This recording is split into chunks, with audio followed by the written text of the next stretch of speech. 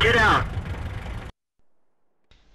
Hello tankers and tankettes, welcome to a viewer spotlight, or rather, two viewer spotlights. It's the same battle, and I'm actually going to try a multi-view thing here. This is highly experimental.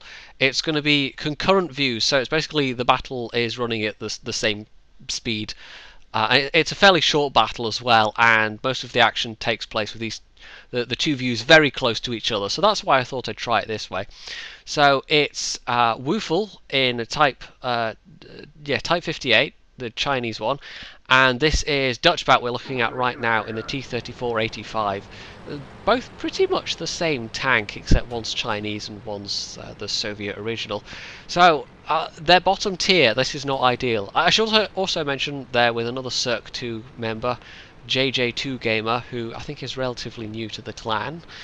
But we don't have his view, and unfortunately he dies not that long into the battle anyway. But this is going to be interesting. It's going to be what can a couple of bottom tier tanks do against a massive rush of enemies. And it's well, it's just watching it, the adrenaline goes a little, and it was certainly going for these guys. They both PM'd me separately. It wasn't coordinated. They both basically messaged me separately in the game and said, "We've just had the most amazing battle." It was fairly good. I mean, looking at the setup on each side, there's actually only a couple of tier 8s on each team, but three of the enemy tier 8s are fast mediums, so they're likely to encounter those. T-34-3, the T-44, and the Indian Panzer. So we've seen some trees going over. We know there's stuff coming.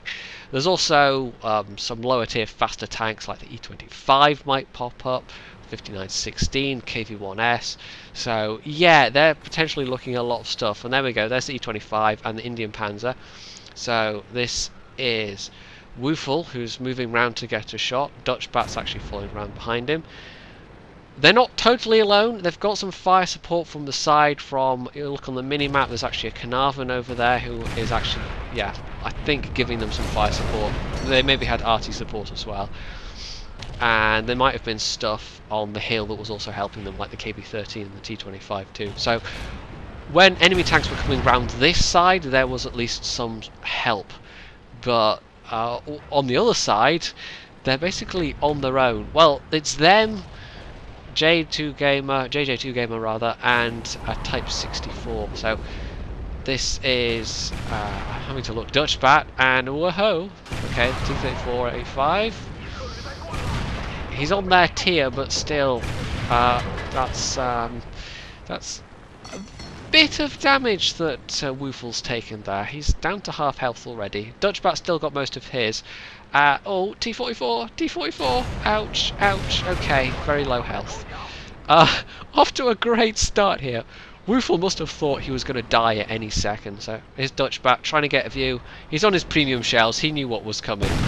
He had a fair guess that they were going to see lots of higher tiers. Oh, watch your side, yeah, T-34-3. Yep, that's ouchie. Dutchbat is in a bad position right now. Oh, and there's the Jagdpanther. Woofle tries to put a shot in, but it bounces. Dutchbat wisely pulls back, but takes a shot in the process. And this KV-1S could have ended either of them, but went for JJ Gamer instead. So, ow, yeah, world of pain, world of pain. Okay, this is not so good, this is not so good. That Jagdpanther's looking a bit cheeky. Woofle is very low health. Dutchbat is now very low health also, down to his last premium shell. That Jagdpanther doesn't look like he's coming over after all. Dutchbat is doing his best to basically watch one side. Woofle is taking cover behind that bridge pillar, and is basically trying to stop them come the other. Oh, okay, that was lucky, that was very lucky. Okay, that guy was stopped from rushing. Back to Woofle, and oh, that was artillery. Wow, this is just, it's so frenetic. Is your adrenaline not, just, yeah. T-44, oh, that's side scraping. That went in the tracks and didn't actually damage. Woofle trying for a sneaky shot at that KV-1S, but misses. Oh, he's having to take every time he pops out is a risk, and artillery, neither of them are artillery safe. One splash could have both of them if they're unlucky. Oh, T-44's going for it. Or is he? No, he pulls back. And... oh. There we go. Nail him. Hoo! Hoo! Hoo! Okay. Okay. Okay. Okay.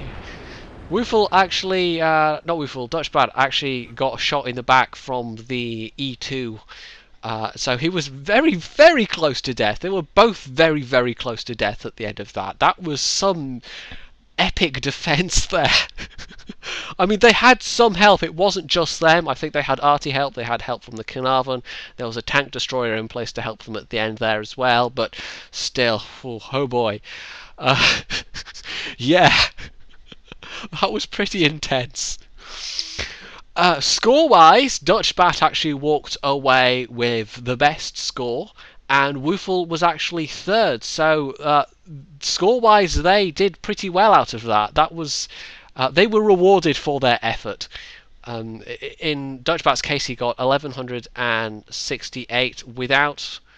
No, where am I looking? I'm looking in the same thing. The wrong thing, rather. This is it's confusing. I've got two things open here. So. Which one am I looking at? Dutchbat. Okay, let's go with Dutchbat. Such a professional. 1168, yes. And Dutchbat's not running premium, so that's what he got.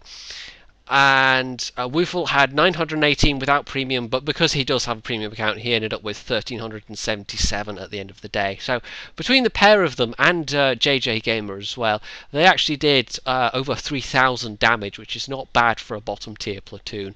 And without them, that flank would have fallen, you know, fairly easily. The guys in the town, the rest of the team, had a much easier time of it because they had the two top tier heavies, but they didn't have any of the top tier mediums to contend with. So that was 3/5 of the top tier tanks were facing, you know, the friendly team's bottom tiers, and the guys all camping on the ridge, you know.